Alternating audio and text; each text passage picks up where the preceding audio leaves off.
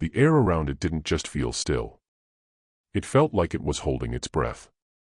Not with the cold emptiness of a tomb, but with the kind of heavy, humid silence that only comes when a secret has been buried too long and too deep beneath the Mississippi soil. This wasn't just any door on Harrow Hill, the sprawling cotton plantation that stretched along a slow winding river. It was different. Ancient. Made of dark oak, its surface weathered to a near black shine and wrapped in bands of rusted iron that held it like skeletal fingers. It was built into the foundation of the main house, a grand column structure that watched over fields that shifted from green to dust to snow white with the seasons. But this door didn't face the fields. It was tucked away in a shadowed alcove behind the house, nearly swallowed by wild jasmine and climbing roses that had long lost their battle with the creeping kudzu. There were no windows nearby. No path led to it. It just existed. Locked. Always. The rule surrounding that door was never written down. No one spoke it in harsh tones or whispered warnings. It was just understood. Like the summer heat. Like the smell of cotton and river mud. It had soaked into the very fabric of life at Harrow Hill. No worker, no matter their role, was ever allowed near it. No overseer lingered there. Even the house staff, whose duties brought them deep into the home, would look away, walking faster, gripping their baskets tighter the moment they passed too close. And the punishment for breaking that unspoken rule? No lashings. No reduced rations. No stern words. It was something far more effective. Someone caught near that door would simply vanish. Not in some loud, violent scene that sparked rebellion or questions. No. Their absence was quietly explained. Moved to another plantation. Taken ill. Passed in the night. The vagueness, the way all conversation stopped, that was the real terror. It taught a lesson no whip ever could. Some questions weren't just dangerous to ask. They were dangerous to even think. And so over the years, the people of Harrow Hill learned. They trained their eyes to skip over that door. They silenced the curiosity in their minds. They moved around it like it was a void where light and sound just stopped existing. It became a blind spot. A heavy silent presence that shaped every step and every thought without ever needing to be acknowledged. It was control at its most chilling. A monument to dread that touched every corner of Harrow Hill, from the grand parlor to the farthest cotton field. What could be behind a door like that? What secret demanded such absolute silence, not through threats, but through the chilling power of implication? The thought itself felt dangerous. A spark that could light a fire no one could put out. But for those living in its shadow, that question, though never spoken, hung in the humid air like a weight no one could lift. It's a question that has echoed through the forgotten corners of history. A whisper of truth that refuses to stay buried. And if you're the kind of person drawn to stories where the past still has a grip on the present, I'd love for you to be part of this journey. Hit that subscribe button on the Fear Sermon, and let's uncover these forgotten histories together. Harrow Hill wasn't just a plantation. It was an empire, carved from the rich Mississippi soil by a man named Elias Vane. The name itself hinted at the ambition and labor that built it. The main house, with its red brick and white columns, sat on a rise overlooking fields that stretched forever. Below, a slow muddy river wound through cypress trees draped in Spanish moss. Its murmur was the only natural sound allowed to exist unchallenged there. The year was 1846. Spring already carried the weight of summer heat, that sticky humidity that made every breath feel like work. The air smelled of jasmine, fresh turned earth, molasses from the kitchen, and underneath it all, the faint sharp tang of sweat and exhaustion. Life on Harrow Hill moved with a rhythm as fixed as the seasons. From dawn until the last light faded, every soul had a purpose. Every move was watched. Elias Vane was the architect of this world. He'd arrived in Mississippi in 1831, a man in his mid-30s, leaving behind the older lands of Virginia with a small inheritance, a sharp mind, and an almost unnatural ability to see opportunity where others saw nothing. He wasn't loud or dramatic. His power came from quiet intensity. He approached everything methodically. His eyes, pale and almost colorless, missed nothing and showed nothing. By the standards of his time, he wasn't openly cruel. He didn't beat people for sport. His cruelty was more refined. It was the cold efficiency of a man who saw human beings as assets to manage, use, and if needed, discard with the same logic he'd apply to a broken tool. In Natchez, the wealthy river town nearby, he was respected if not exactly liked. His cotton yields stayed high. His affairs were always in order. He went to church. He gave to charity. He hosted the right gatherings, though he always seemed distant. He was a pillar of the community. And underneath that genteel surface, a predator of the worst kind, one who worked entirely within the law, bending it to his will without ever breaking it. Nora Vane, his wife, had once been vibrant. 27 years of marriage had muted that light. She came from a respected Natchez family and married Elias at 19. Now, decades later, she watched her husband transform from a driven young man into something she couldn't name, something that filled her with cold dread. Her days were a performance. Managing the house. Overseeing staff. Hosting guests. Keeping up the image of a plantation mistress. Her hands, once soft, were now always clasped tight.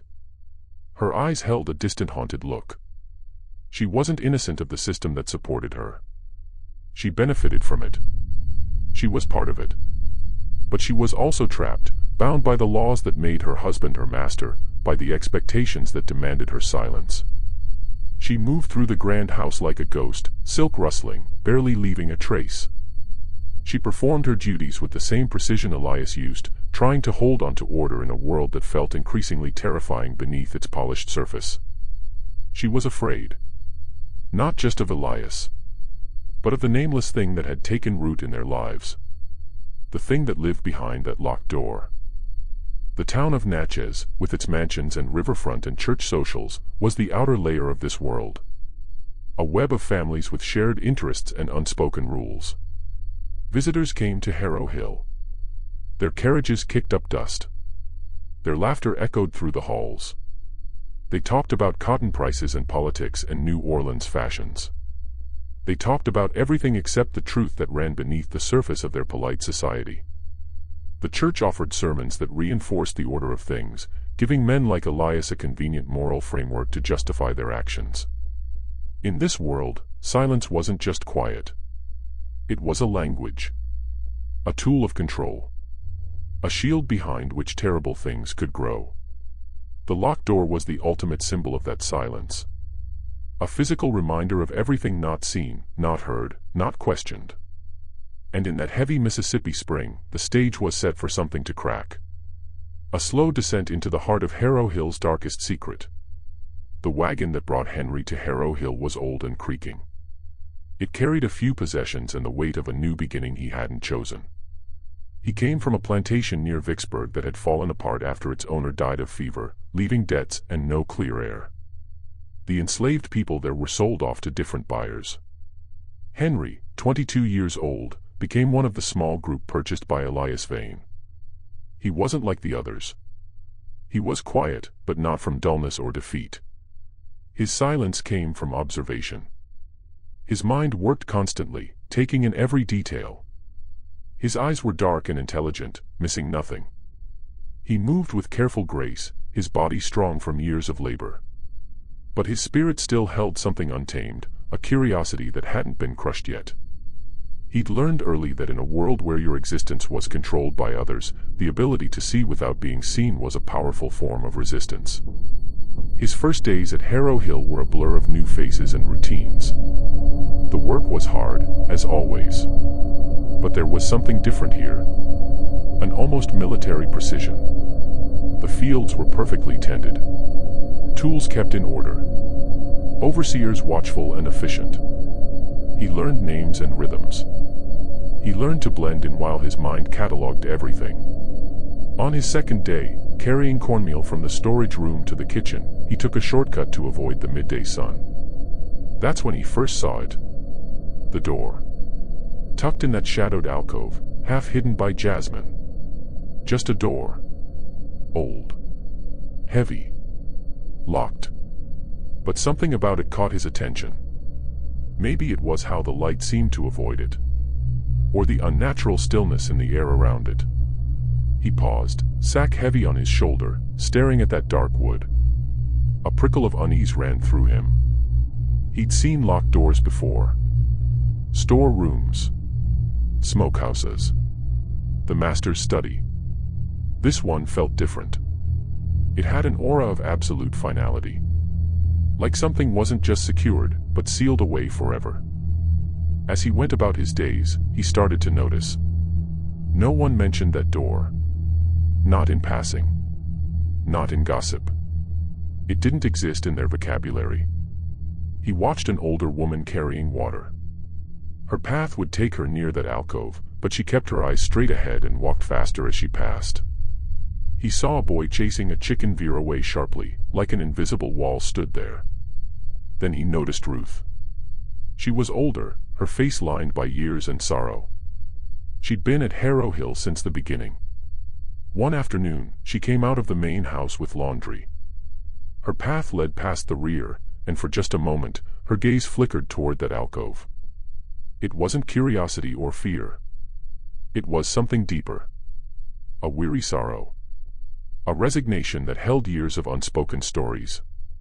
Then just as quickly, her face went blank and she kept walking. He also watched Augustus Lyle, the head overseer. A big man with a stern face, completely loyal to Elias. Henry noticed that whenever Lyle was near the back of the house, his posture changed. Shoulders squared. Jaw tight. His eyes swept the area like he was guarding something. Most people would miss it. Henry didn't. Lyle wasn't just patrolling. He was protecting. The more Henry watched, the more that door became the center of his quiet investigation. A puzzle that needed solving. He understood the danger. The answers were probably deadly. But the silence around it, the ritual avoidance, only pushed him harder. He started watching the house itself. The patterns of movement. The shifts in atmosphere. He was new here. Not yet shaped by years of fear. And what he felt was a growing certainty. Behind that door wasn't just a secret. It was a living truth that Harrow Hill had tried to bury. That night, the air was heavy and suffocating, thick with the sound of cicadas. Sleep came hard. Henry lay on his thin mat, restless. His mind replayed everything he'd seen, especially that silent dance around the locked door. He got up quietly, careful not to wake anyone. A sliver of moonlight came through the cracks in the cabin wall. He moved to a small gap, a knothole that gave a narrow view of the back of the main house. He developed this habit. A way to watch the world beyond his small space. To understand the rhythms of power. He'd been watching maybe an hour when he saw it. A carriage. Wheels muffled by soft earth. It didn't come from the main road. It came from a less-used track through the oak trees. Dark and plain. No fancy details like visitors usually had. It stopped a good distance from the house. A figure got out. Medium height. Dressed in dark formal clothes. Even from far away, Henry could see the precise way he moved. Dr. Warren Speck. The physician from Natchez. His visits were usually announced. Someone sick or giving birth. But this was different. No urgency. No summons. Just quiet arrival. Augustus Lyle appeared from the shadows of the house, moving fast for such a big man. He met the doctor at the carriage. A brief nod between them. No words. No greeting. Just a silent meeting.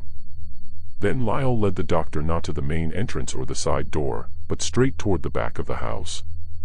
Toward that alcove. Henry's breath caught. He pressed closer to the knothole, heart pounding. He watched Lyle pull out a key.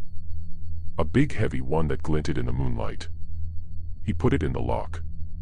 The sound, even from a distance, was clear. A metallic click.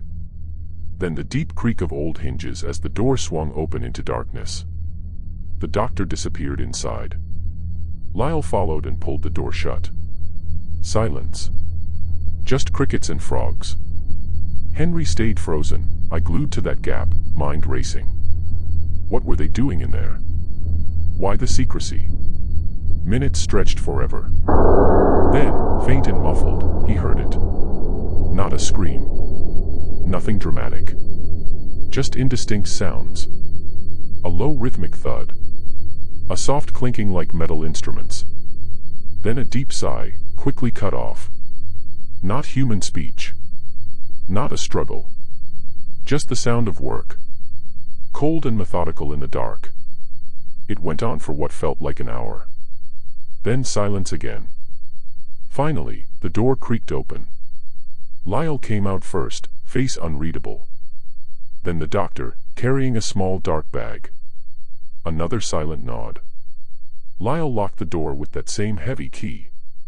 The doctor got back in his carriage and disappeared into the darkness. Lyle stood a moment, scanning the area, then melted back into the shadows. Henry stayed at that knothole long after they were gone, shaking, mind reeling. He'd witnessed something deeply disturbing. The sounds. The secrecy. The doctor. The door. All of it painted a chilling picture. In the morning, everything looked normal. Sun rose. Bells rang. Work started. But for Henry, something had shifted forever. That door wasn't just a symbol anymore. It was a gateway to something real and terrifying. He'd heard what lay beyond. And the memory of those sounds, indistinct yet deeply unsettling, would never leave him.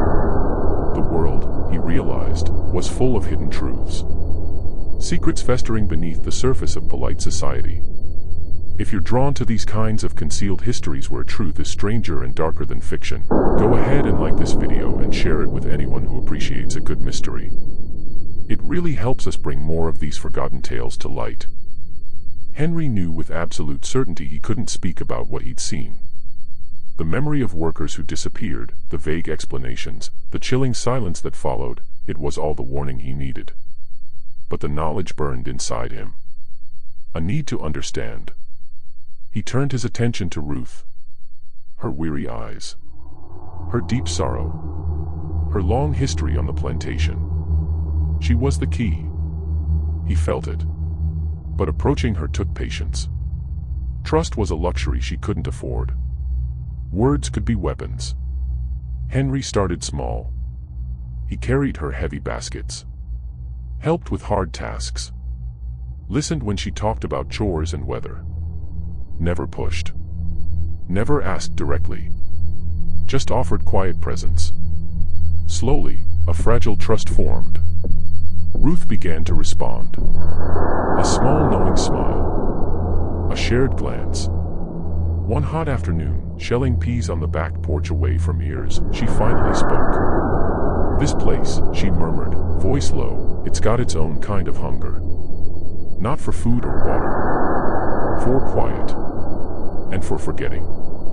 Henry kept shelling peas but focused entirely on her words. Forgetting what, Ruth?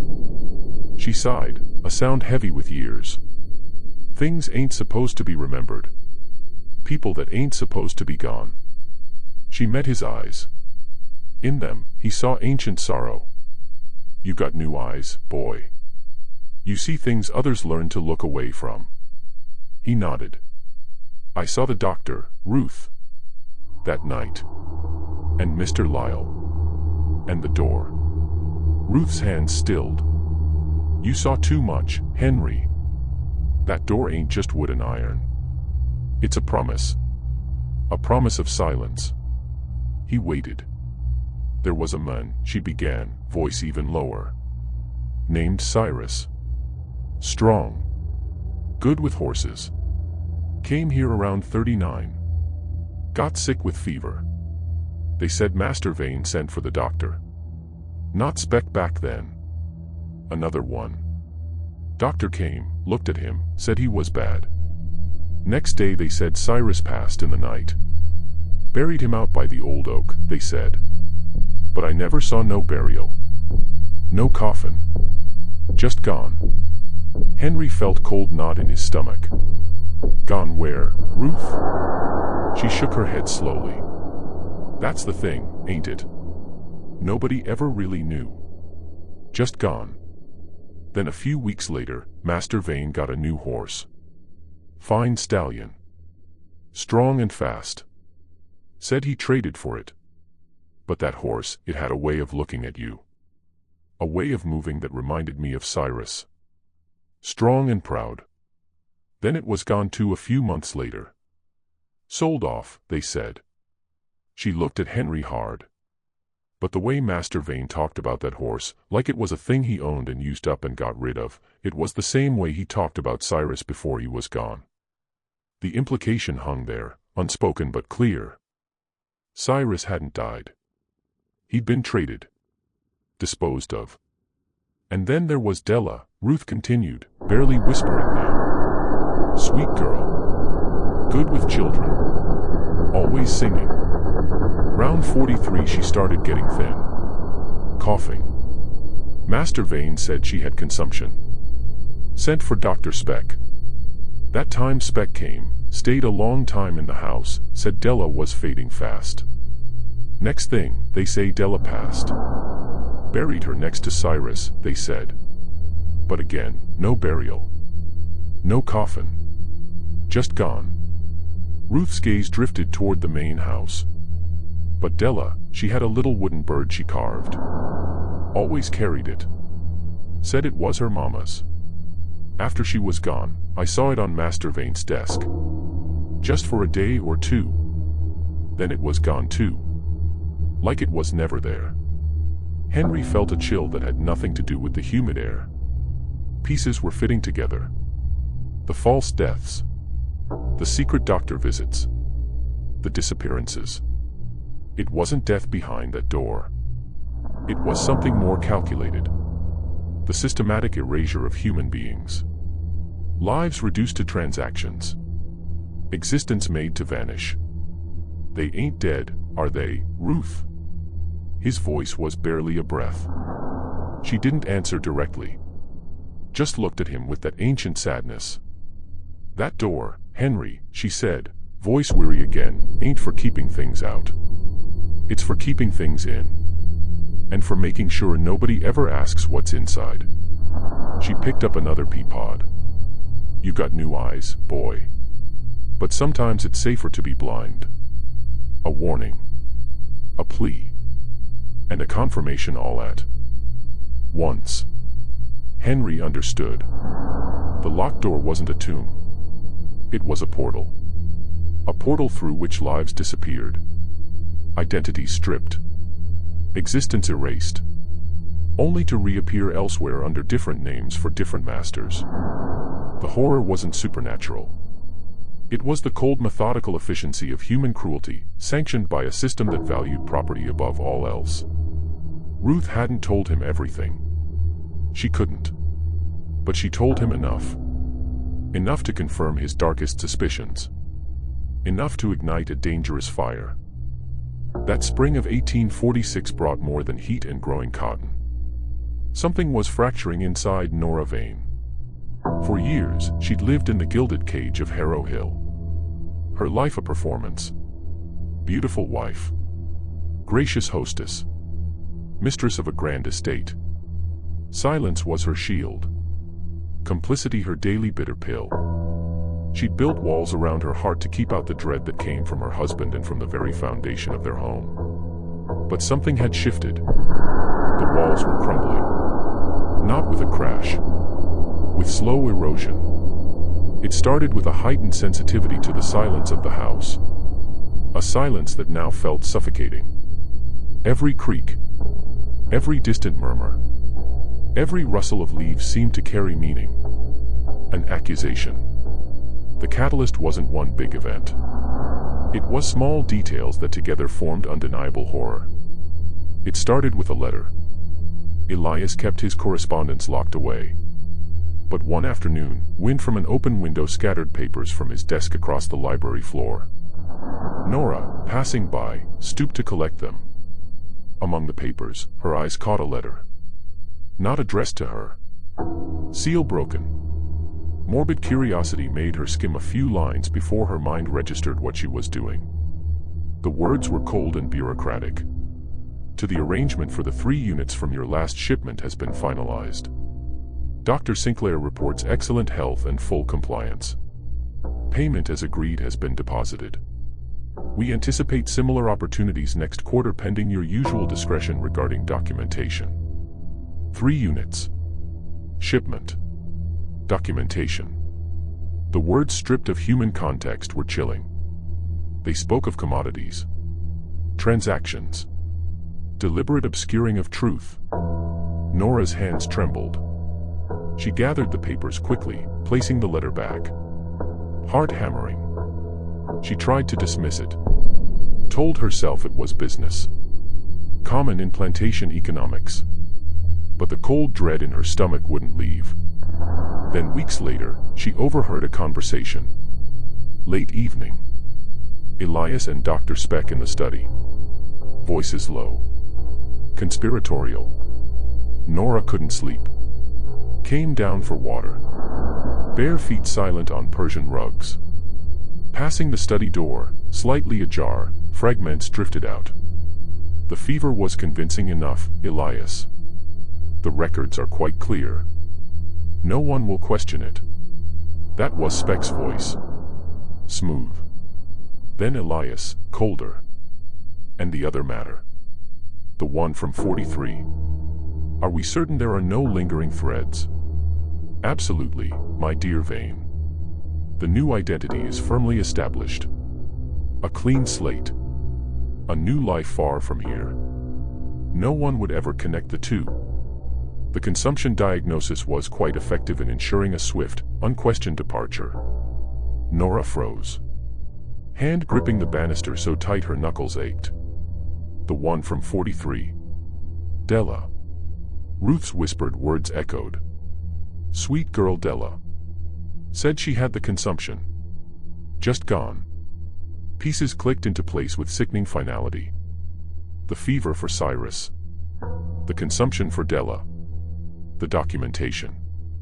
The shipment. The new identity. The full shape of what she'd been living inside for years began to form into a monstrous truth. It wasn't just buying and selling human beings. That practice she'd long accepted as brutal reality. This was something more sinister. The deliberate systematic erasure of lives. Creation of false deaths. Trafficking of legally dead people into new bondage. All for profit. Under cloak of medical authority and meticulous record keeping. Nora felt a silent scream trapped behind her composed face. Her world, once uncomfortable, now felt like a charnel house built on lies and stolen lives. She wasn't a villain in the obvious sense. Never raised a hand. Never directly participated. But she wasn't a hero either. She was a woman of her era. Trapped by laws binding her to her husband. By social architecture that made her invisible in business yet accountable for household smoothness. Her wealth, status, existence were linked to Elias's enterprise. The realization was devastating. She'd been complicit. Not just through silence. Through her very presence. Her acceptance of the life Elias provided. The grand house. Fine clothes. Social standing. All tainted. Built on deliberate disappearance of human beings. Her fear now had a name. A face. A chilling methodology. She saw Elias not as husband but as a meticulous butcher. Carving up lives with surgeon's precision for profit and power. Her nights became sleepless. Days a blur of forced smiles while her mind replayed overheard words. She looked at enslaved workers and saw not just labor but vulnerability. Potential for erasure. She looked at Elias and saw a stranger. A monster in respectable clothing. She looked in the mirror and saw a woman trapped. Complicit. Terrified. The fracture was complete. The dam had broken. For the first time in years, Nora Vane began to contemplate a future beyond Harrow Hill.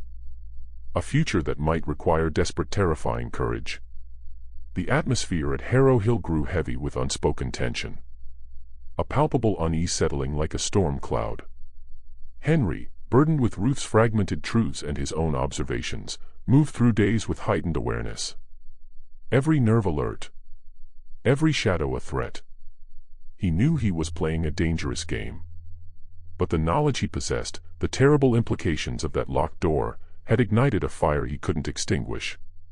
His quiet investigation continued with desperate urgency.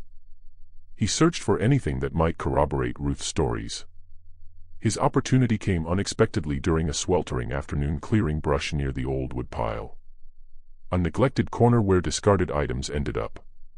Pulling away thorny vines, his hand brushed something stiff half buried in damp earth. He dug it out carefully. Heart quickening. A piece of paper. Crumpled. Stained with mud and what looked like dried blood. Still legible in parts. A fragment of a ledger page. Torn and discarded. His eyes scanned faded ink. Cyrus. 1841, fever. Transferred Montgomery Plantation, Louisiana. 300, Della. 1843, consumption. Reassigned. Caldwell Estate, Alabama. 250, Elias Vane. Payment received. Dr. Speck. Services rendered. The words hit like a physical blow. Transferred. Reassigned. Payment received. It was all there in cold print. The names Ruth whispered. The dates. The false diagnoses. The destinations. Not a theory anymore. Documented. Chilling testament to the methodical nature of Elias Vane's enterprise. The numbers, he realized, weren't ages. They were prices. The services rendered by Dr. Speck weren't for healing.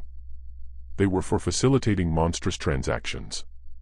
Henry folded the document quickly. Tucked it deep into his worn trousers.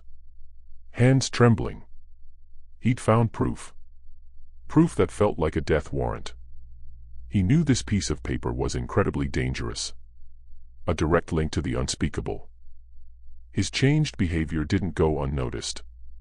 Augustus Lyle, head overseer, had absolute loyalty to Elias Vane. Forged in a past Elias held like a key. Secret leverage ensuring unwavering obedience. Lyle had a keen eye for deviation. A finely tuned sense for anything disrupting Harrow Hill's careful order. He'd observed Henry from the start. Quiet intelligence. Observant nature. Now he saw new intensity in the young man's eyes. Restlessness. Subtle shift in demeanor. Mind troubled by more than daily labor. Lyle began watching Henry closer. Appearing unexpectedly where Henry worked. Silent imposing presence. Asking seemingly innocent questions. Gaze piercing. Searching for any flicker of discomfort. You settling in well, Henry? No complaints. Voice even. Underlying threat palpable. Henry responded with polite deference. Face a mask of weary compliance. But he felt Lyle's eyes on him. Constant chilling pressure. Elias Vane, ever calculating, also noticed. He had a network of informants. Eyes and ears reporting every whisper. Late August air hung heavy and still over Harrow Hill. A suffocating blanket of heat and humidity promising no relief. Cicadas sang their deafening chorus. A relentless thrum vibrating in the bones of the old house. A night ripe for secrets. For actions taken under darkness and the oppressive silence of a sleeping world. A rare convergence of circumstances left the main house unusually quiet. Almost deserted. Elias Vane, meticulous businessman, had departed for Natchez 2 days prior. Called away by urgent matter concerning a large cotton shipment and complex financial negotiation. His absence, though temporary, left a palpable void. A momentary lifting of constant watchful pressure. Augustus Lyle, head overseer, was also absent from his usual post near the house. A sudden torrential downpour 2 days earlier had flooded a lower field dangerously close to the tributary. Cotton crop nearly ready for harvest was at risk. Lyle, with a team of workers, was tirelessly engaged in shoring up levees. Diverting water. Salvaging what he could. He wouldn't return until the crisis was averted.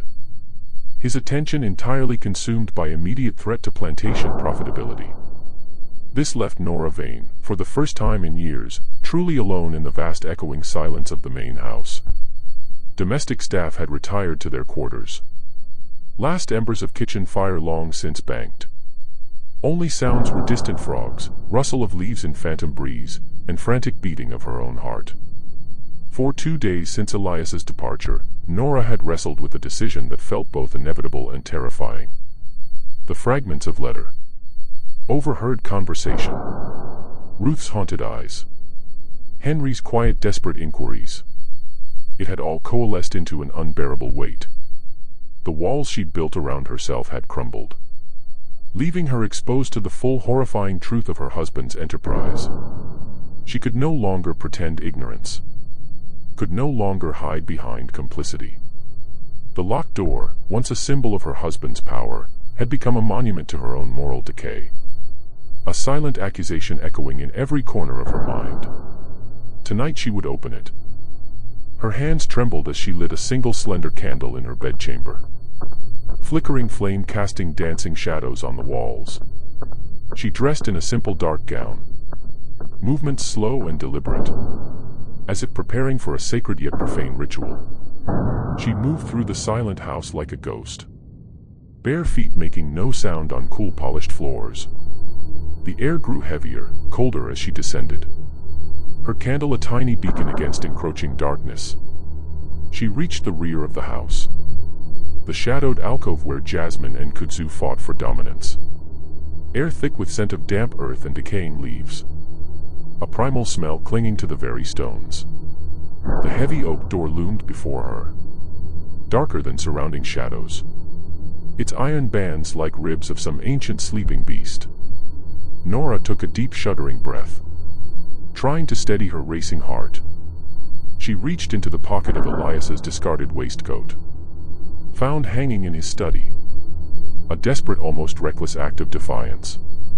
Her fingers closed around a heavy, cold object. The key.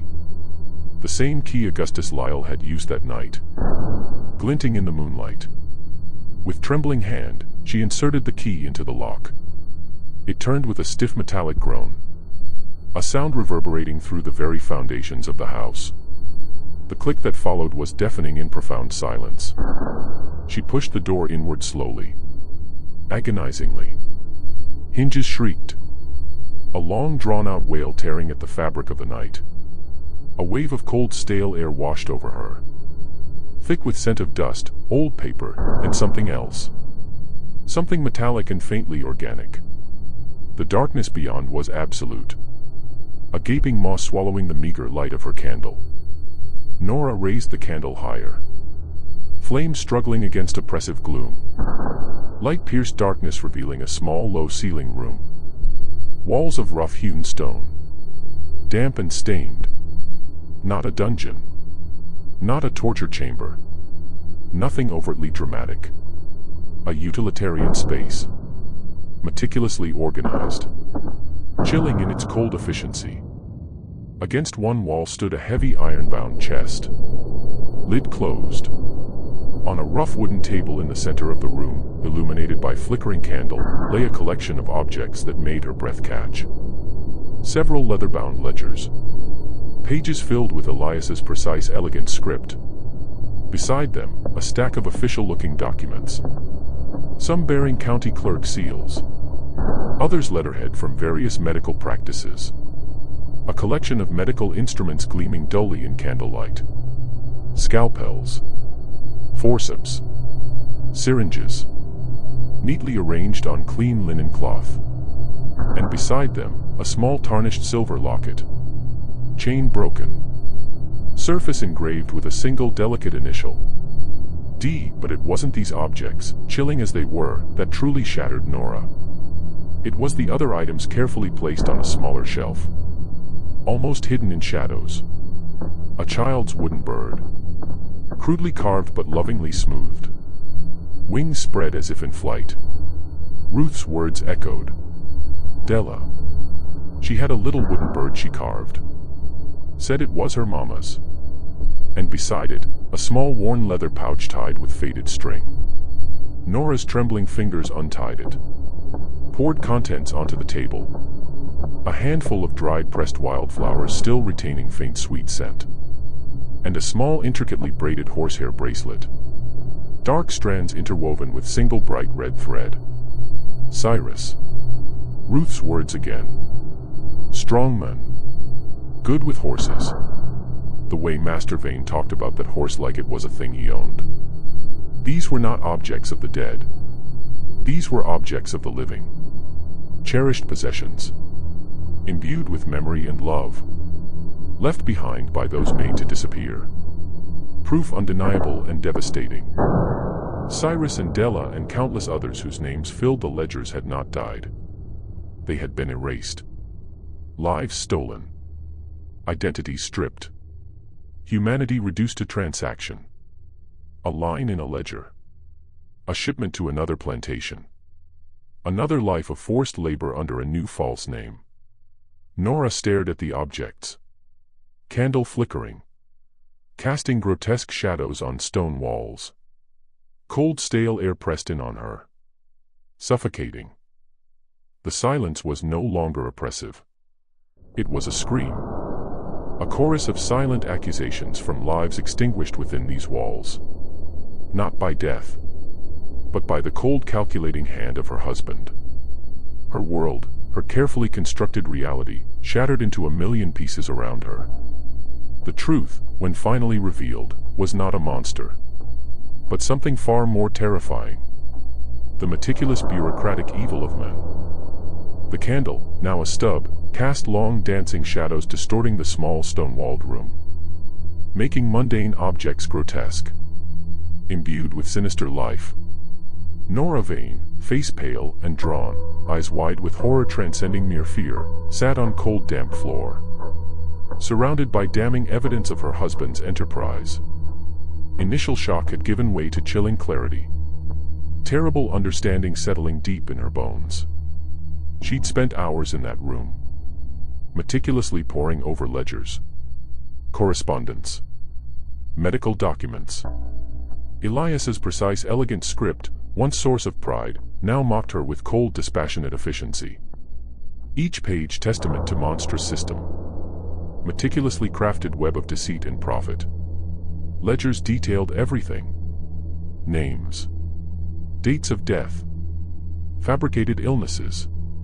Names of physicians signing false death certificates. Dr. Speck. Dr. Montgomery. Dr. Caldwell. A network of complicit medical professionals across 3 states. Then transfer dates. Receiving plantations. New identities. And most chillingly, purchase prices and resale values. Human lives reduced to columns of figures. Profit margins. Correspondence confirmed scale of operation. Letters from men of influence. Men she knew from Natchez society. From Charleston. From New Orleans. Men with respected names speaking in coded language of shipments, units, discrete arrangements. Partners in this macabre trade. Profiting from systematic erasure and re-enslavement of individuals declared legally dead. System designed to be invisible. Leave no trace. Operate entirely within legal loopholes of property law and medical authority. A person declared dead could not testify, could not claim their past, could not be traced, simply cease to exist, only to be reborn as new asset in new location under new name. Value maximized through horrific sleight of hand. Nora's gaze fell upon small personal items again. Della's wooden bird. Cyrus's horsehair bracelet. Not just objects. Anchors to stolen lives. Silent witnesses to unspeakable crime. Proof that at least 3 people declared dead at Harrow Hill between 1839 and 1845 were not dead when that door last closed. They were alive somewhere. Working under false pretenses. Pasts obliterated. Families left to mourn deaths that never occurred. Implications staggering. Not just for Elias. For entire network of powerful men involved. Exposure would mean ruin. Not just financially. Socially. Legally. It would unravel carefully constructed facade of respectability, revealing rot beneath. Nora felt profound nausea. Wave of despair threatening to consume her. What was she to do? Choice before her stark. Terrifying. Without clear path to righteousness. She could expose Elias. Had ledgers. Correspondence. Irrefutable proof. Could take it to authorities. Newspapers. Society that lauded her husband. But what would be the cost? Her own reputation irrevocably destroyed. Ostracized. Perhaps imprisoned as accomplice. Her life as she knew it would cease to exist. And even if she succeeded, would justice truly be served in a world where such practices, though illegal in specific execution, were built upon foundation of accepted dehumanization? Would system truly be dismantled? Or would Elias simply be replaced by another more careful predator? She could destroy evidence. Burn ledgers. Shred letters. Bury personal items. Protect herself. Maintain facade of her life. Allow monstrous enterprise to continue unhindered. Path of least resistance. Path of self-preservation. Path she had, in essence, been walking for years. Through silence. Through complicity. But as her eyes fell upon Della's wooden bird, something flickered. Not heroism. Not sudden surge of moral courage. Cold hard resolve born of years of suppressed rage and desperate need for agency. She was woman of her era. Trapped by law, property, social architecture making her invisible and accountable simultaneously. She could not change the world. But she could perhaps change her own small corner of it. Nora made her choice. Not choice of heroism, but of survival. With a twist. Complicating every sympathy listener might have built. She would not expose Elias to the world. Risk too great. Outcome too uncertain. Personal cost too devastating. But she would not destroy evidence either. Instead, she would take it. All of it. Ledgers. Correspondence. Medical documents. Small heartbreaking personal items. She carefully packed them into sturdy canvas bag found in corner of room. Movements now precise. Methodical. Mirroring Elias's own chilling efficiency. She would use this knowledge. This damning proof. Not to bring down system. But to secure her own future. To carve out measure of freedom and safety for herself and perhaps for a few others. She would use it as leverage. Silent ever-present threat binding Elias to her. Not through love or loyalty. Through fear. She would become his silent partner. His shadow. Ensuring her own needs, her own quiet acts of defiance would be met. And perhaps, just perhaps, she would find way to subtly disrupt his monstrous enterprise from within. To make his meticulous system just a little less efficient. A little less profitable. One quiet act at a time. The locked door had revealed its secrets. And in doing so, it had transformed Nora Vane from prisoner into silent dangerous player in a game she'd never asked to join. First rays of dawn, pale and hesitant, began filtering through cracks in heavy oak door as Nora Vane finally emerged from basement room. Face a mask of exhaustion. But eyes, though still haunted, held new steely glint. Canvas bag heavy with damning contents clutched tightly in hand. She relocked door. Metallic click echoing with chilling finality. Then moving with quiet determination, she ascended stairs. Leaving secrets of room to fester in darkness once more.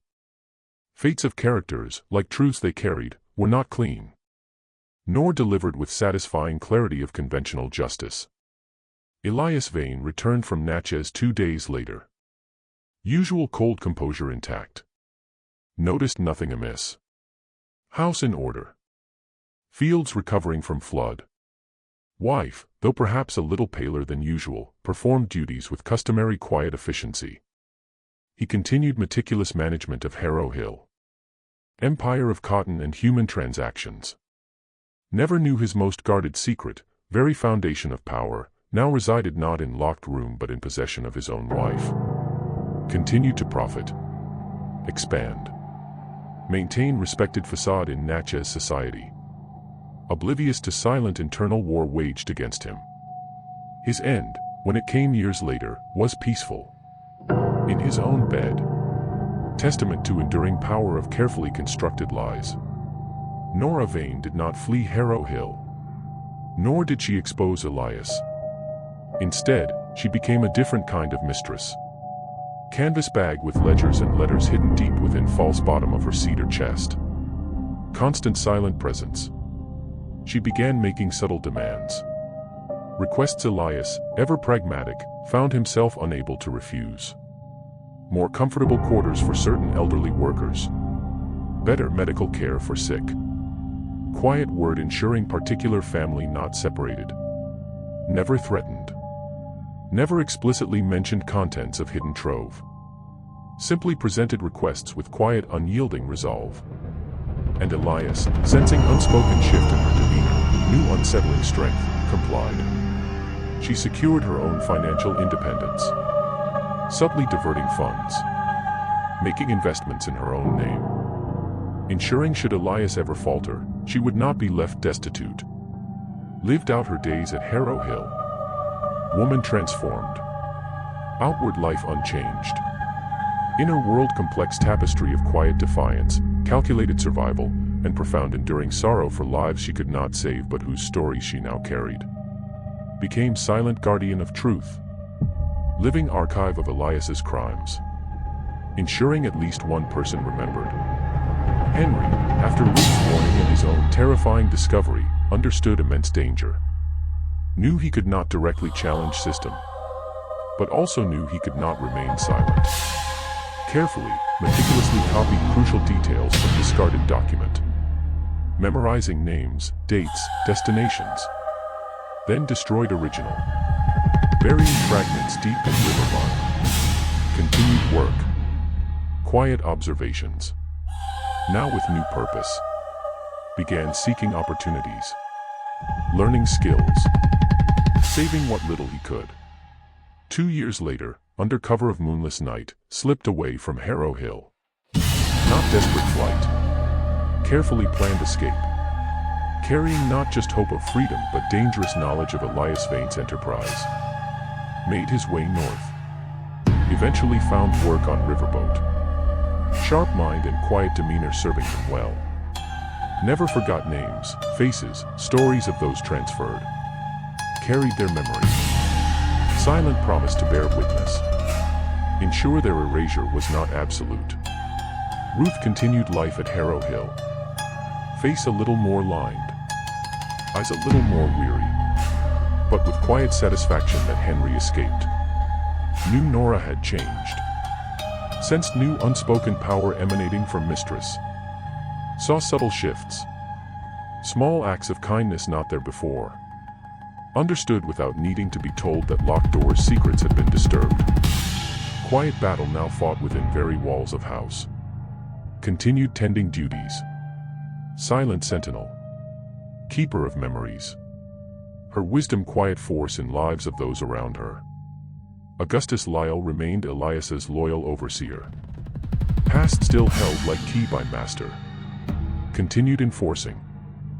Rules. Maintaining order. Guarding secrets of Harrow Hill with unwavering vigilance. Never suspected Nora's knowledge. Nor Henry's escape. Cog in machine. Men bound by own hidden transgressions. Forever complicit in Elias's dark enterprise. Dr. Warren Speck continued clandestine visits to Harrow Hill and other plantations. Medical expertise convenient cloak for true profession. Prospered. Reputation as skilled physician growing. Network of powerful clients expanding. Men who understood value of discretion. Profitability of silence. Ease with which human lives could be manipulated for gain. The locked door, that heavy oak portal and basement of Harrow Hill, remained. Still locked. Still avoided. still shrouded in oppressive silence. But for those who knew, for Nora, for Henry, for Ruth, its meaning had irrevocably changed. No longer just symbol of fear, monument to chilling reality of human cruelty, to meticulous bureaucratic evil flourishing under guise of respectability, stood as testament that most terrifying monsters are not supernatural. Those operating within very fabric of society, leveraging its laws, prejudices, silences to commit unspeakable acts. True horror of Harrow Hill was not ghost and attic. Cold calculated erasure of human lives. Secret buried not in earth but in ledgers and in hearts of those who dared to look. Sometimes most haunting stories are not of specters and shadows. A very real darkness residing within humanity itself. Darkness that even now whispers from forgotten corners of history. If this tale has stirred something within you, made you question hidden truths of our past, perhaps consider sharing it with others who appreciate chilling power of story well told. It helps us continue exploring these unsettling narratives, ensuring such echoes from past are never truly silenced on the Fear Sermon.